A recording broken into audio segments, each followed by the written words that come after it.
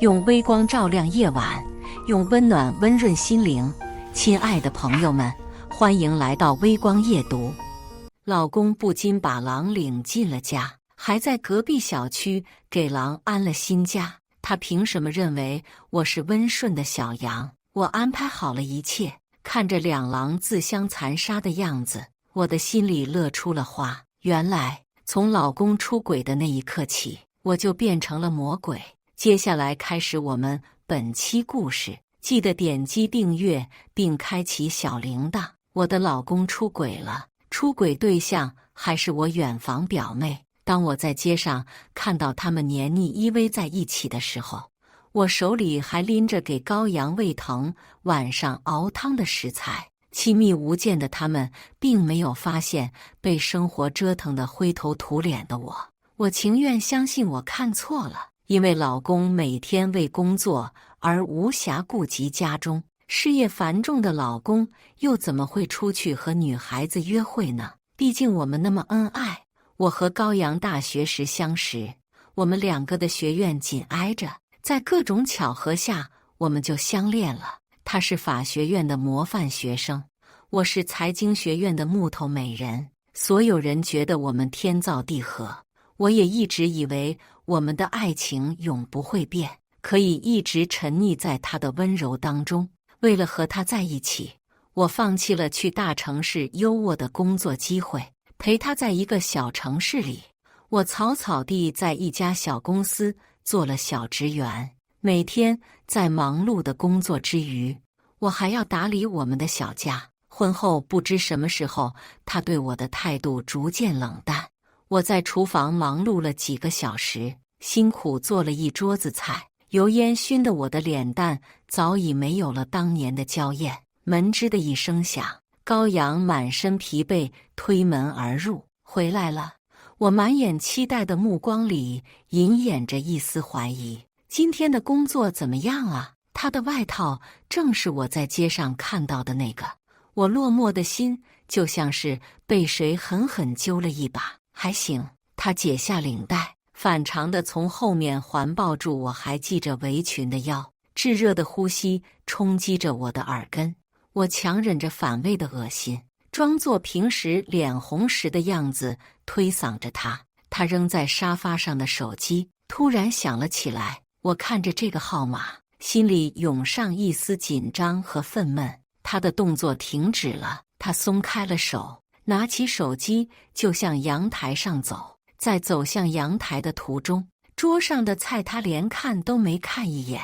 在阳台上，他虽然用手挡住嘴，但遮掩不了那洋溢在全身的甜蜜和幸福。饭后，羔羊在浴室洗澡的时候，我按捺不住心中早已下形成的那份怀疑，打开了他的手机，通话记录和微信聊天删除得干干净净。直觉告诉我，我的老公出轨了。那个曾经抱着我亲昵地说眼里永远只有我一人的羔羊出轨了。当第二天羔羊往家里领来女人的时候，我才明白他的出轨对象究竟是谁。表姐，好久不见。远房表妹王月进门就给我一个大大的拥抱。羔羊在一旁换着鞋说，刚好在路上碰见月月了。我的心里并没有表面上显露的那么高兴，因为我已经确信我羔羊的情人就是现在和我亲密无间的远房表妹。王月现在在上的大学离我们家距离很近，王月之前隔三差五，相当于寄宿一样，在我们家中和我们一起生活。可能因为快毕业，事情繁忙的缘故，王月最近很少住在这里。看着面前相处融洽、互相谈笑的两人，我似乎明白了为什么羔羊要忙前忙后的给王月找工作，为什么对他亲密的甚至冷落了我。我一度以为羔羊是因为爱我，才平常对王月这么友好。表姐，你这个盘子好好看呐，你姐夫和我当初结婚时一起买的。王月不痛不痒地恭维我几句后，就含情脉脉地注视着羔羊。高阳也难掩高兴地给王月夹菜，似乎已经忽略了是他妻子的我。很难想象，在以前我不在家中时，高阳和王月会在家里做些什么，而我窥见的仅仅只是其中一角而已。我有点累了，我去休息一些。老公，你陪我好好陪会儿月月。我讪讪的陪笑离开了餐桌，心里却涌上了坚毅的决绝。我回到卧室后，并没有躺在床上，沾染两人气味的床让我觉得生理上的厌恶。找到早已布置好的手机，看着上面屏幕显示中的通话页面，我冷哼一声。通话的另一部手机早已被我提前放好在餐桌附近的绿植盆栽当中。你什么时候打算和他离婚啊？月月，我和你说过还要一段时间的，可是我们两个这样在别人面前一直装下去，我真的好不自在。月月，我不是一有时间就出来陪你了吗？但你今天突然来家里，不是说好了明面上要减少往来的吗？但人家就是想给你一个惊喜，人家想一直和你在一起吗？月月，你也不是小孩子了，怎么还能这么任性呢？两人的交谈让我感到阵阵干呕，但接下来他们的惊人发言如一道雷劈在我的脑门上，我整个思考都快停滞了。亲爱的，你一定要快点和那女人离婚，我可不想我肚子里的孩子生出来就没名没分的。王月从来不是什么好东西，我对他的态度向来是很反感的。若不是稀薄的亲情维系，我是绝对不会与王月这类人有太多接触的。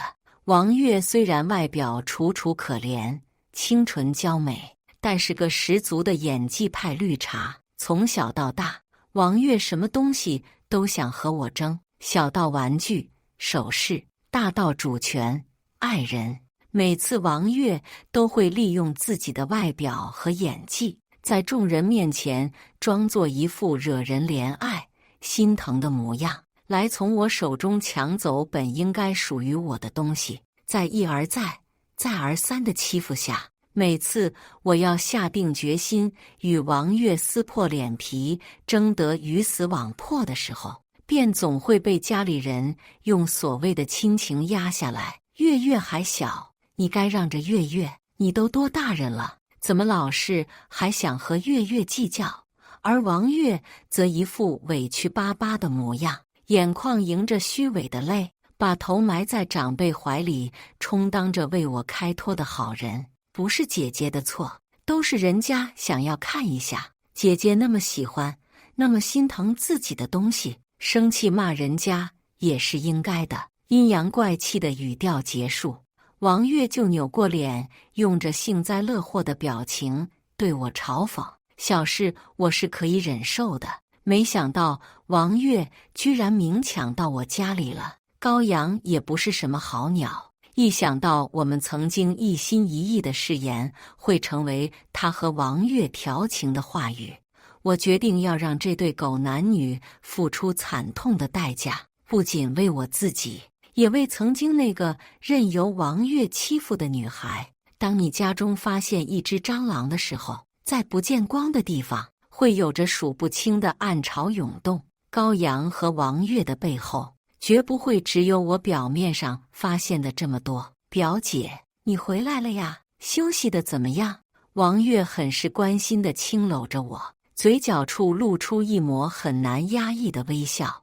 而高阳仍在饭桌旁坐着，视线止不住地向王月婀娜的身影上投去，这些都被我收在眼中，没人察觉到我的唇颤抖。休息的还好，既然没事，就去把碗洗洗。高阳加粗了语气，看我的眼神远没有对王月1/10温柔，有的只有烦厌。我公司还有点事，得去一趟。月月，你也该回去了吧？我顺路送你。高阳站起身，转头看了眼向自己走来的王月，稍等片刻后就开门离去。清脆的一声碎裂响起，在看似是不经的举动，王月把刚刚夸过的盘子用手扫摔在地上。啊，对不起呢，表姐。姐夫，你也不会介意我不小心打碎了吧？高阳在门外冷冷地看着我和这无法已经拼凑完整的盘子以及家庭。没事，谁让他摆盘时放在那里了？一个盘子而已，碎了就碎了，你没伤着吧？王月歉意地吐着舌头，脸上却洋溢着幸福的光彩，搭在高阳肩膀上，随他离去。我低下头，眼里只有被油烟熏色已不再纯白的围裙，因泪水看得不太清楚。现在的高阳再也不会在意被生活呛得满脸眼泪的我。寒冻虽未至，但骨子和心里已是酷寒。我必须要让这对狗男女付出代价，谁我也不打算轻饶过。和高阳继续在一起是不可能的了。我已经做好和高阳离婚的打算。既然王月你这么喜欢抢姐姐的男人，那姐姐就要好好帮你。他们今晚肯定不会回来。没有理会高阳临走时的吩咐，我径直出了门，跟在他们身后。高阳带了王月去了一家新开的餐厅，那是我曾经路过计划有一天和高阳一起去的地方。隔着玻璃门，我拍下了高阳和王月相互喂食暧昧的时刻。他们两个吃完饭后手牵着手离开了餐厅，这些当然也都被我拍下。我以为高阳和王月天黑以后会去酒店，但是居然没有。高阳和王月傍晚去了市区附近的一个小区里，这倒出乎我的意料。更出乎我意料的是，给他们开门的人我竟然还认识，居然是我的姨妈，王月的母亲。啊，小高啊，来了怎么不提前说一声呢？今晚就别回去了，尝尝阿姨拿手菜。姨妈看到是高阳和王月站在门口后，便笑嘻嘻把两人迎进了屋内。这位姨妈我从小都很讨厌，每次我回家去，她都会故意在众多亲戚面前冷嘲热讽，让我颜面扫。甚至在我婚礼，我们向她敬酒时，她搬出很多我的糗事，笑着说是开玩笑，然后拍我肩膀时把我的婚纱不小心扯坏了。因此那天的婚礼以后的流程我没有心情继续下去，不得不草草了事。他以前就开始挑唆都市王月经常在我这里抢骗东西，王月养成现在这副虚荣骄作的样子，和他脱不了关系。那为什么他又会在这里呢？这个小区还是有名的高档小区，在这里的一套房子可不便宜。据我对他的了解，如果这套房子是姨妈的，以姨妈平时那副喜爱炫耀、占便宜的嘴脸，早就会挨个通知我们这些亲戚，让我们准备好乔迁的份子钱。而且王月上大学时以前就死缠烂打，跟狗皮膏药一样粘在我们家，这段时间就像突然没了兴趣一样离开了。很有可能是高阳在这里给王月买了一套房子，而且在王月的怂恿下，把讨人厌的姨妈也接过来了。高阳的工资每个月都会打进我们家庭卡中，那他是哪里来的钱来包养小三呢？继续追踪无望的我只能记下他们的门牌号，之后选择了收工。我把今天拍到的照片备份到邮箱里，开始着手筹划整个的复仇大计。我有想过找私家侦探，但是有2点原因使我舍弃了这一念头。一个是在高阳和王月的私下生活里，私家侦探能调查的范围很小，而且动起手来很容易被他们察觉到。第二个嘛，复仇这件事自然是自己动手，亲自把仇人一步步推下悬崖的感觉才够解恨。我首先要完全调查清楚高阳和王月的私下的生活，只有掌握这2人任何违法的证据，我才有复仇的资本。找到证据当然对我很容易。王月是个很虚荣的人，身上穿着以及首饰无一不是名牌，而手上不断轮换的包包，每个的价格都更令人咂舌。王月只是个学生，而王月的家庭也并不能支付起这么大的开销，这么高的消费需求究竟是谁来满足的？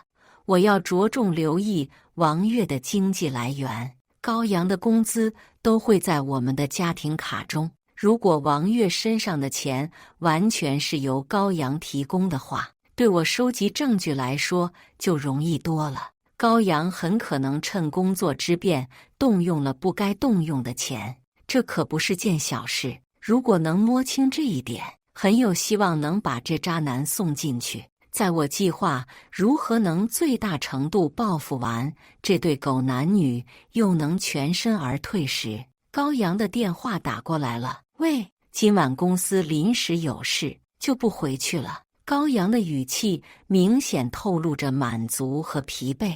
老公，你也注意身体，不要太劳累了。我阴阳怪气地回复高阳这么一句，高阳并没有听出什么异样，还以为我被蒙在鼓里，毫不知情。他随便敷衍了几句就挂断了电话。如果说高阳以前出去的借口还对我真假参半，那么现在完全就是谎话连篇了。我瞥向卧室中高阳办公用的笔记本，冷呵了一声。高阳电脑里的密码并不难猜，以前刚在一起的时候，高阳会把所有设备的密码设置成我的生日，现在动动脚趾头也能想出来。高阳电脑的密码早就换成了别的女人的生日。我根据高阳的习惯，把王月的生日和高阳的生日依次输入进去。等到开机动画过去之后，我经过一番寻找，在某个不起眼的角落发现了2个命名奇怪的文件夹，2个文件夹都设有密码。高阳在某些事情上是很狡黠的，他肯定不会连续设置相同的密码。在经过几次尝试后，我还是没有破获里面的内容。这种情况下就需要场外援助了。我拨通了某个电话，经人介绍，我找了个信得过的黑客。我没有告诉他前因后果，他只负责收钱办事，半点风声都不能透露。高阳电脑里2个文件夹的内容很是精彩，一个是风流韵事，里面都是他和王月的床照，玩得还挺花；另一个就是高阳挪用公款还有贪污的证据，以及一些工作上的机密。想必高阳可以用来为己谋私，被人发现后还能借此来争个鱼死网破。我在心里默默想好了如何用这些打出最好的牌，拿出我事先买的10几个 U 盘，把这些内容统统拷贝到每个 U 盘里。看到电脑里高阳和王月最早日期的床照，联想到王月那隆起并不怎么明显的小腹，一个疑问不禁在我心中就这么产生：王月肚中的孩子真的是高阳的吗？我与高阳这么多年都没有过孩子，曾经的我很是愧疚，以为是自己原因的，我偷偷去过医院做过检查，结果显示我身体并无什么问题。那么原因应该归咎于高阳身上，很大可能高阳并没有生育能力。王月腹中的孩子会是高阳的吗？如果不是的话，那就太有意思了。煞费苦心想和王月在一起的高阳，如果得知情人的孩子并不是自己的，而自己还鞍前马后做了这么长时间的冤种，向来大小事不愿吃亏的高阳，如若知道，那种表情肯定会很有趣吧。我接下来把调查的重心放在了王月身上。某天，咖啡厅角落，是你联系的我吗？一位学生打扮的人在我对面坐下，眼睛发胀，而且有着红肿，显然昨夜没有睡好，而且来的路上哭了一场。对，我把事先准备好的红包放在桌子上，跟我讲讲王月的事情。以及他之前是怎么抢走你男朋友的。女生皱起眉头，攥紧了拳头，眉宇之间都是对王月的恨意。估计王月的受害者群体还不少。王月就是个贱货，勾引人的狐狸精。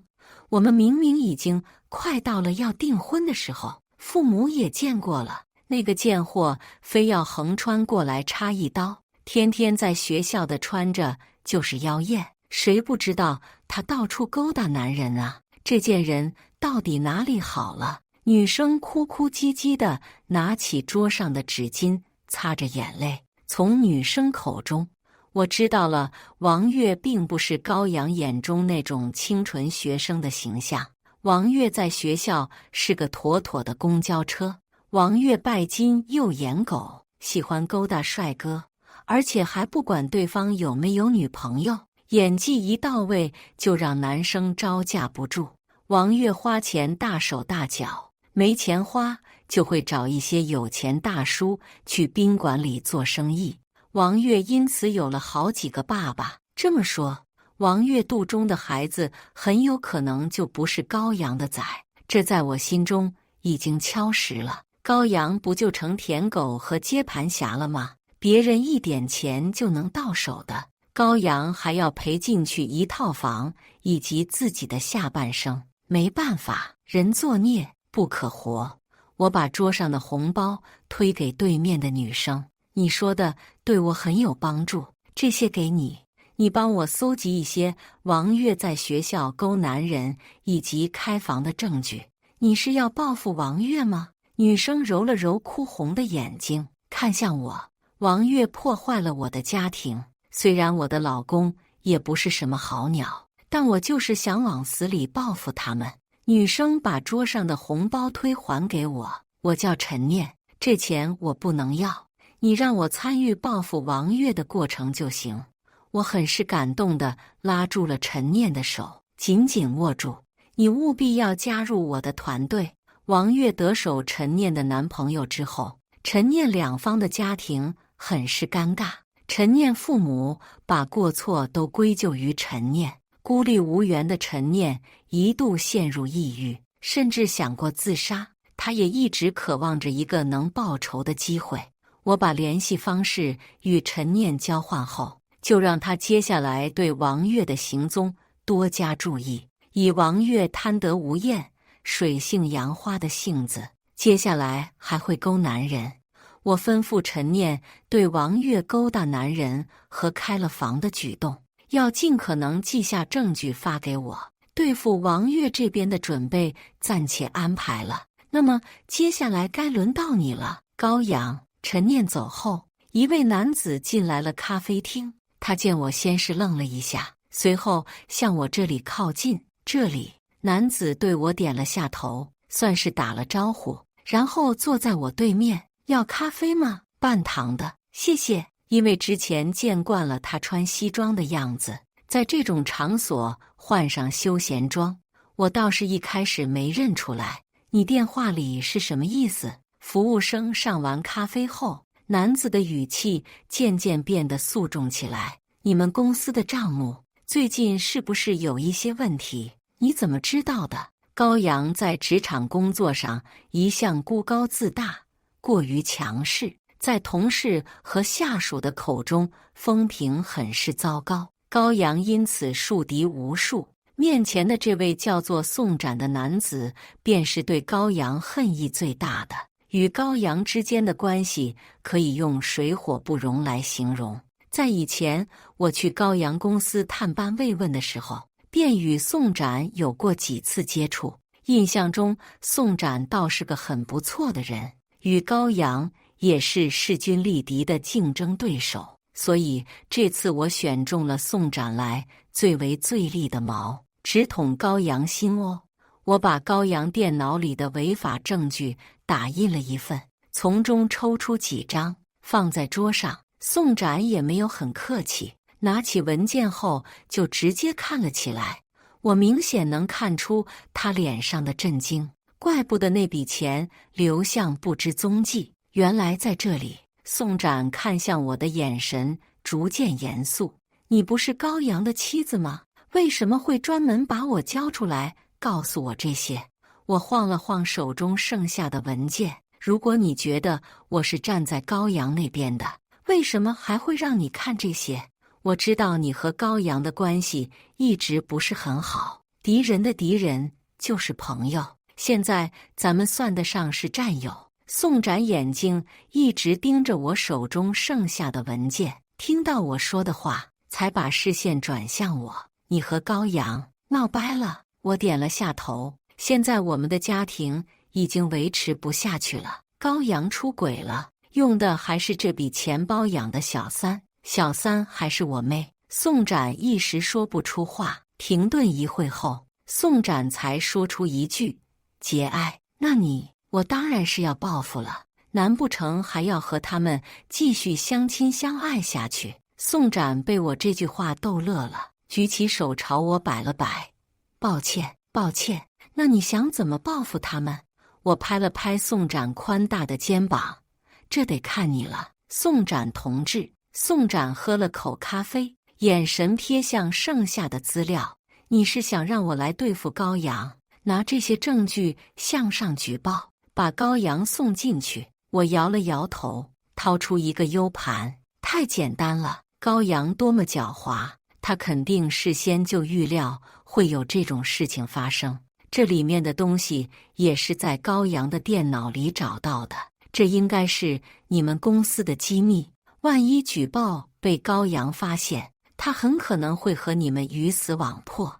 而且就这么简单把高阳送进去，我也于心不忍，最起码也得杀人诛心吧。宋展饶有兴趣地听着我说，那你想怎么样？当然是让高阳深爱的女人，我那亲爱的妹妹把高阳送进去了。接下来的几天，我便开始集中为撕逼大舞台的搭建做准备工作。陈念那边的进展很顺利，王月果然不负众望，还与他众多的金主爸爸有着联系。陈念把王月与他们进入宾馆时拍下的照片发给了我，照片中那些个肥圆土豪们的肉手都很默契地揉摸在王月的腰臀，而且陈念还给我一份惊喜，只怪王月平日在学校里的作风太过于嚣张，导致学校里的女生一直对王月看不顺眼。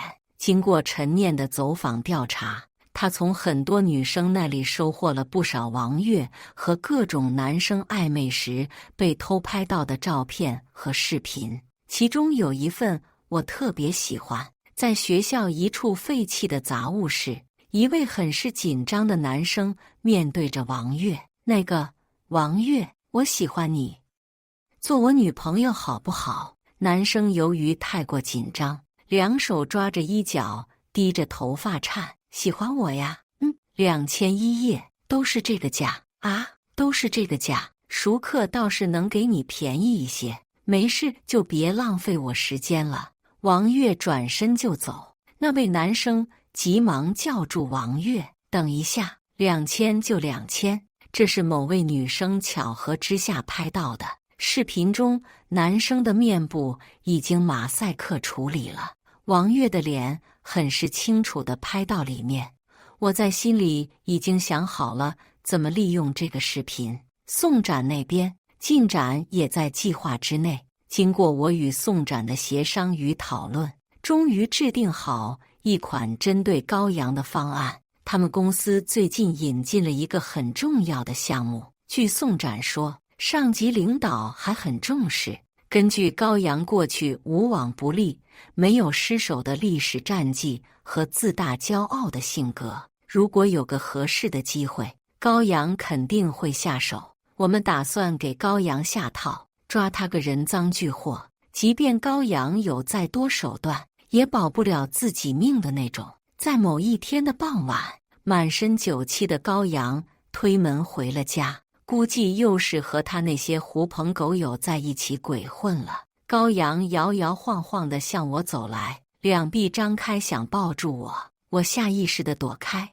高阳扫兴地撇了撇嘴，过来。高阳沉声对我命令道。现在我对高阳的感觉只是恶心，高阳在我眼里好似一团沾染了不祥之气的污物，别碰我！我提高声音对他喊道。高阳先是顿了顿，随后眉间皱起，露出怒色，向我逼近。你今天怎么回事？没事，就是今天心情很好，突然想离个婚，现在已经到了好戏的序幕，要先和高阳撕破脸皮，争得主动权，气势上一定不能输。准备工作已经完成，现在该让男女主进入搭建好的舞台了。我把事先准备好的几张照片扔在桌上，正是那天高阳与王月两人约会和前往高档小区时我拍到的。行啊，高阳，偷偷摸摸干大事。高阳脸色很是难看，哪里来的？我说我充话费领的，你信吗？高阳一下坐在沙发上，拿起照片反复看着，可别想着撕啊！充话费时，人家可送了我好多呢。你要是想着全部撕掉，估计你手都能脱臼。你还不如给我解释解释，这是怎么回事？就是和王月顺道吃了个饭。你是导盲犬吗？高阳，走路的时候还抓着人家的手，而且你们吃饭吃到小区里呀。高阳脸色更难看了，像死了亲爹一样。正好路过一个朋友家，顺道带他去了。呵呵，朋友家我都打听过了，你不妨猜猜门口保安和物业都说业主是谁？真舍得呀！高阳居然还买了套房子，金屋藏娇。我倒是很想知道，最开始是王月勾的你，还是你勾王月的呀？能不能满足我这吃瓜的好奇心？高阳听到我在旁边幸灾乐祸，拉着个脸，好啦，现在的表情好像他亲妈也死了。够了！高阳怒喝一声，随即一拳捶在放照片的桌子上。你疯了吧？你到底想干什么？很好，事情的发展正像我预想的那样。高阳这位男主角还是很配合嘛。我把离婚协议掏出，随手丢在高阳身上。你不就是想和王月在一起吗？干嘛这么偷偷摸摸的？你要是早让我知道，我一开始就成全你们这对苦命鸳鸯了，搞得像我是什么很坏的人一样。没错，我和王月确实是好上了，那套房子也是我买的。你就是想离婚吗？对。听到我的回答后，高阳露出如释重负的表情。本来我还以为这件事会是我主动开口，没想到让你先说了，毕竟都是早晚的事。高阳给自己点了根烟，我可以在上面签字，但我要先听听你的要求是什么。我现在的要求很简单，要尽可能的多分到一些钱。这房子留给我，我可不要，省得到时候留在这次又被他们的事情纠缠不休，直接拿钱走人，世界各地旅游看帅哥，不美滋滋。房子我不要，但是你得把房子算好价钱折半给我，除了夫妻共同财产对半分折合成现金给我之后，你还要补偿一部分给我，这可不行。一想到我放弃大好前途嫁给高阳后，平日里任劳任怨，还对高阳无微不至的照顾，现在高阳还想在我身上占最后一点便宜，我气就不打一处来。不行也得行。高阳，你摸着自己的良心想想，结婚这么长时间，我有没有做过任何对不起你的事？是谁为了你放弃了前途？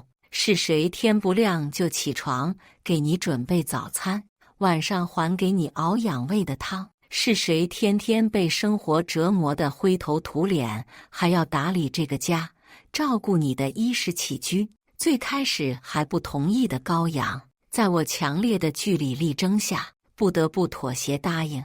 他抽完最后一口烟后，说了这么一句话：你确实没做过什么对不起我的事，但是不会下蛋的鸡留着也没用。高阳如愿地可以和王月光明正大的在一起了。他们的婚礼举办得非常盛大，规模之大，布置之华丽豪横，不知道的还以为是哪两家权贵联姻了。这当然是王月和我姨妈的意思，挑选最贵的场地，订最大的酒席。毕竟有个100%顺的 ATM 机，虚荣的母女俩自然要想在众多亲朋前狠狠装一下。赴宴应邀的亲朋好友们都纷纷排起长队，在入口登记处送上份子钱或礼物。姨妈站在旁边，笑得合不拢嘴，非常亲切地把客人们都请进酒店里。那我作为新郎的前妻，新娘的姐姐，当然要好好为这对新人准备份大礼。这时的我早就戴上鸭舌帽和墨镜，穿着婚庆公司的工作服，混在了拍摄的队伍中了。在不远处，同样一个混在婚庆队伍与我穿戴相似的人，站在操作台前，向我举起手做着 OK 的手势。看来宋展那边也已经准备好了。姨妈只顾收礼金，丝毫不会在意到场的客人们都会是谁。早已经入场的陈念也向我们传递着准备工作结束的信息。现在就请观众们拭目以待吧。盛装打扮的高阳与王月出现在台上的时候，场下一片欢呼、鼓掌与起哄。司仪不断用着郎才女貌、佳人成对、有情人终成眷属这样的词语来调动活跃起婚礼氛围。我在旁边却忍不住想要干呕。接下来就是满面春光的高阳在台上描绘着自己和王月未来的幸福生活。我扭过头不去看他，一只白皙且骨节分明的手递给我一瓶水。宋展向我眨了下眼，总导演这时候可不能累倒啊。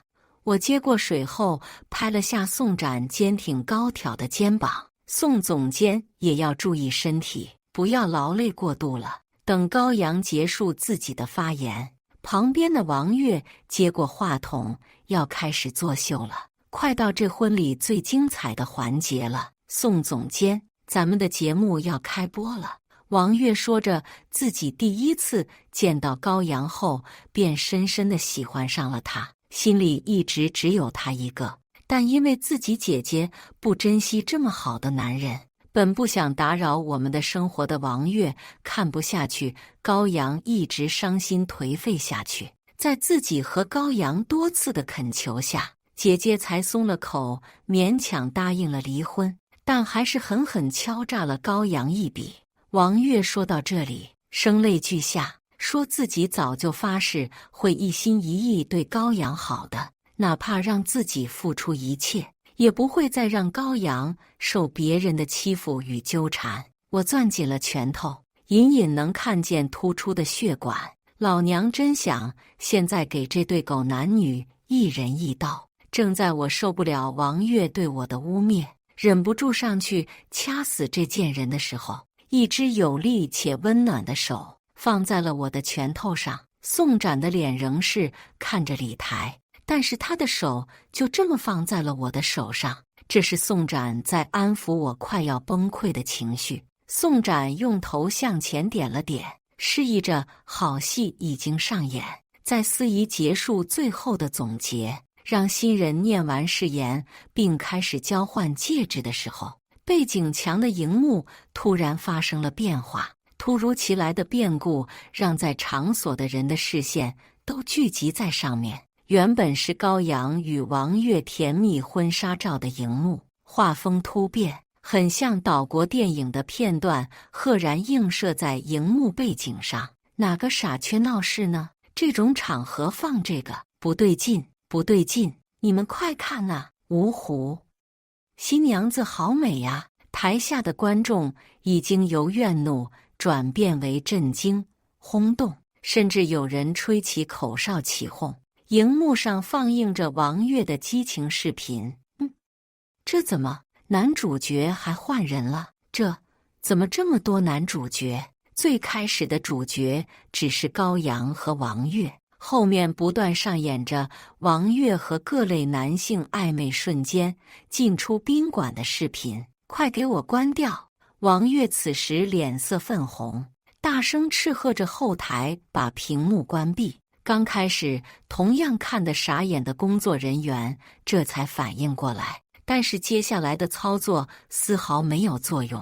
荧幕放映的内容越来越刺激、精彩，男主角也在不断转换。高阳此时木讷的像尊雕塑，正在原地傻傻地看着自己婚礼的祝贺视频。自己放在掌心的小宝贝，在背地里居然是别人有钱就可以玩弄的女人。